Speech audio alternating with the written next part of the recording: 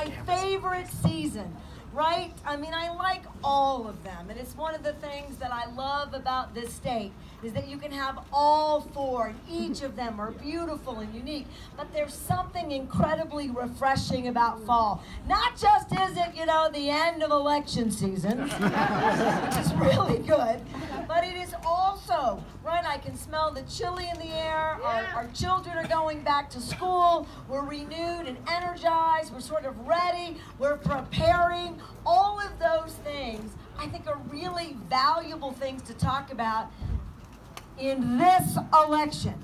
And so I want to do a couple of things. First, I want to thank the speaker for introducing all of us. I want to thank this incredible representative who needs your help, who's fabulous. I need him in the legislature one more time. Matt McQueen, we got to get him over the finish line.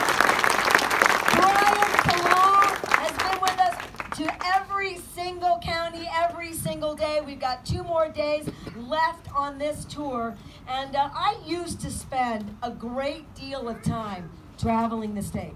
It was a really wonderful opportunity that I got to do as both the Secretary of Aging and the Secretary of Health. I mean, back then, government actually worked for you, all right? And we had this really weird thing. We would leave Santa Fe, we would get in, cars, and we would drive to communities where the people that we serve were. Didn't matter how rural or frontier, we would build those programs right there in those communities. And not only have I gotten to reconnect with some incredible people statewide, this state is stunning.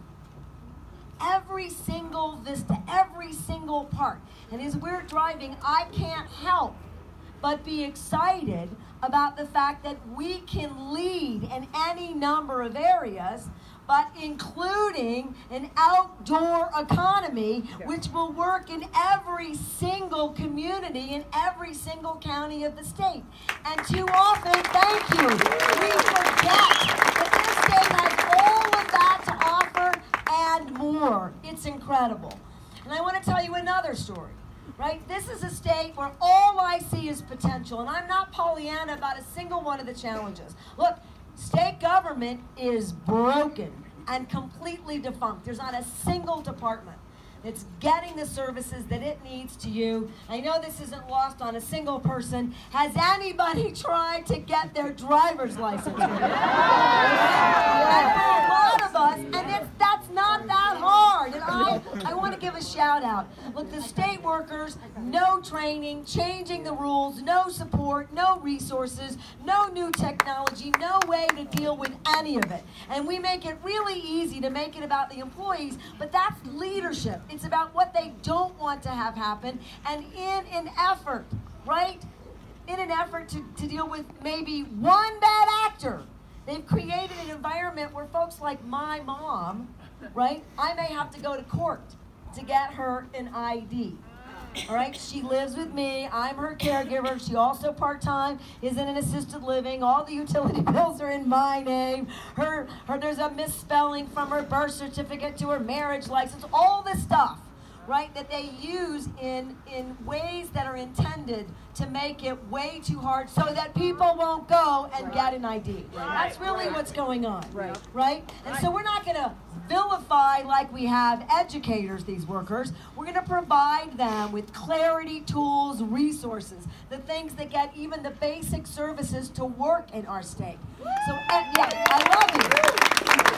Maybe I'll just jump right ahead to, I want you to help me take your state back.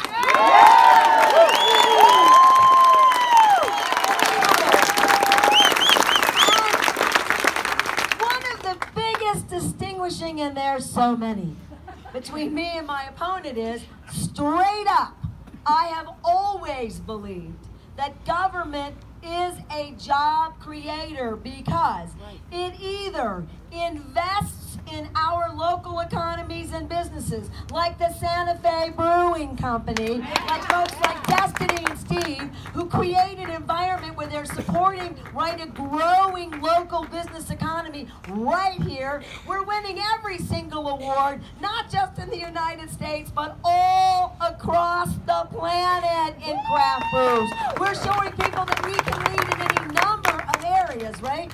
So government either creates those investments, those opportunities, it provides the environment.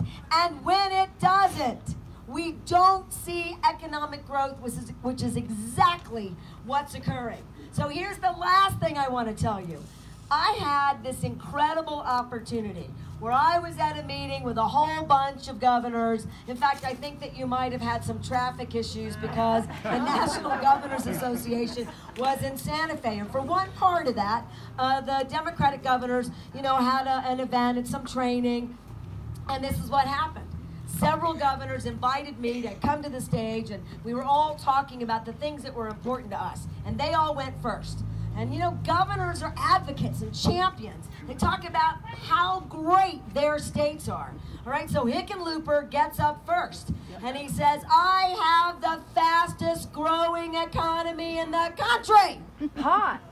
Puffs his chest out, walks off the stage. Doesn't have to say anything. And then Jay Inslee gets up, right? In Washington State, he says, I have the best high-tech economy in the United States, bar none. Mic drop.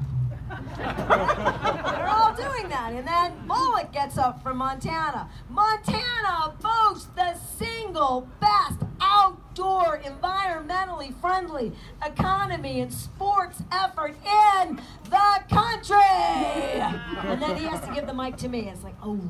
I mean, they really did that. All those guys, right? And I got the mic, and I think that they were maybe concerned and no dearth of challenges for us to talk about. And I got the microphone and I said, boys, that's the last time you're going to be able to brag like that, because New Mexico is going to show you how it's done in every one of those. The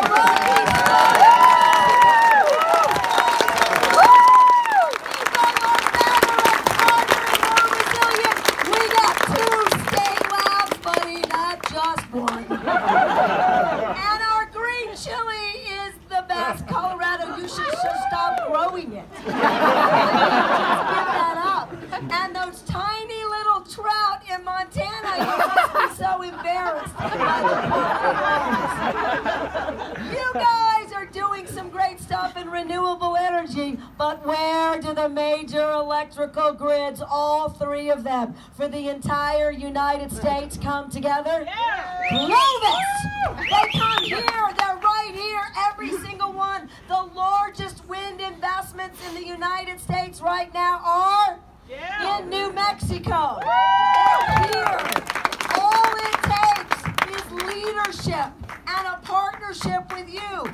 Everything from making sure that our families can make it, that we protect our water and our environment, that we lead the country in renewable energy, that we have serious plans to create centers of excellence in our universities so that they get research investments and they get faculty. They get the kind of folks that can make a difference for our children and my grandchildren. It's all right here. Now, I'm not suggesting it's not going to take hard work, which is exactly why we have you out on this crisp fall evening. How are we doing? We're doing really good, but you can do more. Yeah. We can all do more. And we do. I heard Brian make a pitch. I saw the clipboards up in the air. We have to keep working. I do. This whole team of us. We need walkers and we need callers.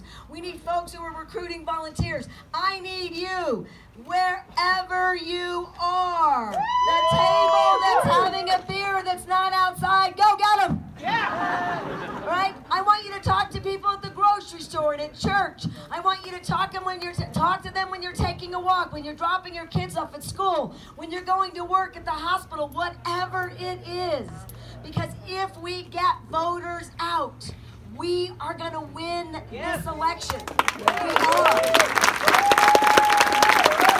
And this election will be won here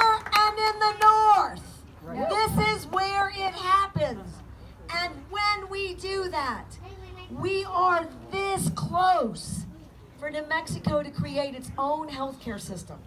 In a way, we're still, right now, and no one talks about this, I want to talk about it. Look, the New Mexico Health Security Act is not the only design, but it is a brilliant design because it takes the things that we already do well. And it makes sure that we're leveraging them in ways that mean that you can create a delivery system that's based on one single premise. Healthcare is a fundamental human right. We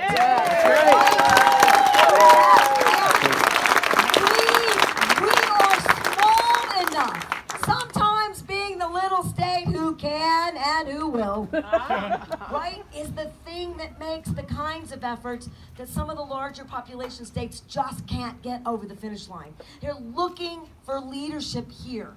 People are investing here. Yes. I got what we're talking about. Healthcare. New Mexicans researched and invented nuclear medicine for cancer.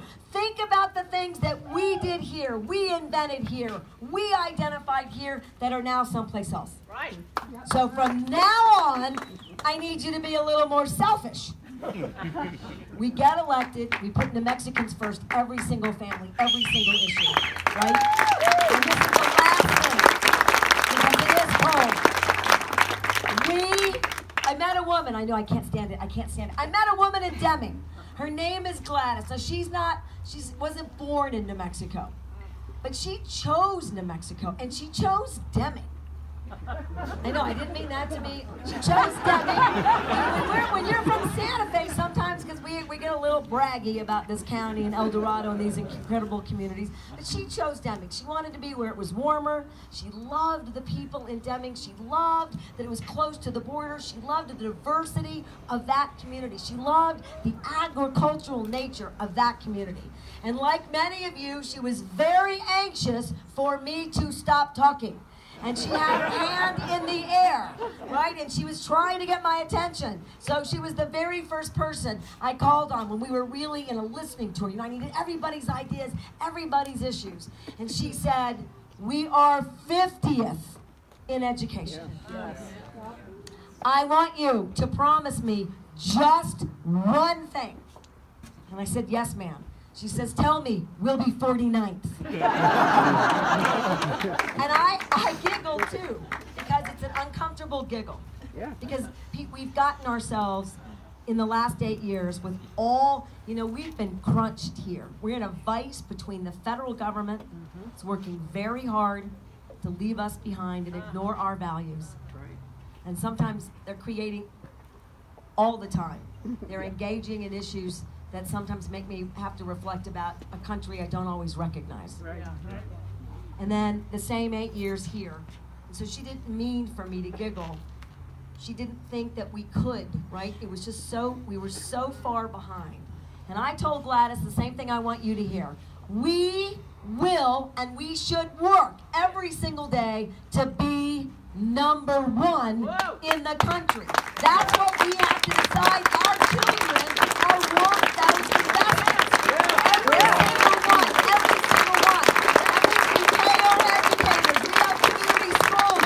We pay for professional development. We do early childhood education. You do every single thing that allows educators to have a relationship with their students because they spend more time teaching and learning and less time testing in areas that don't prepare our young people. Right? For jobs and careers right out of high school or college. So it is all right here. And I am so grateful. I get to run for governor and work with these guys. For a state I love and a state I believe in. I want you to help me get all of us over the finish line. Thank you very much.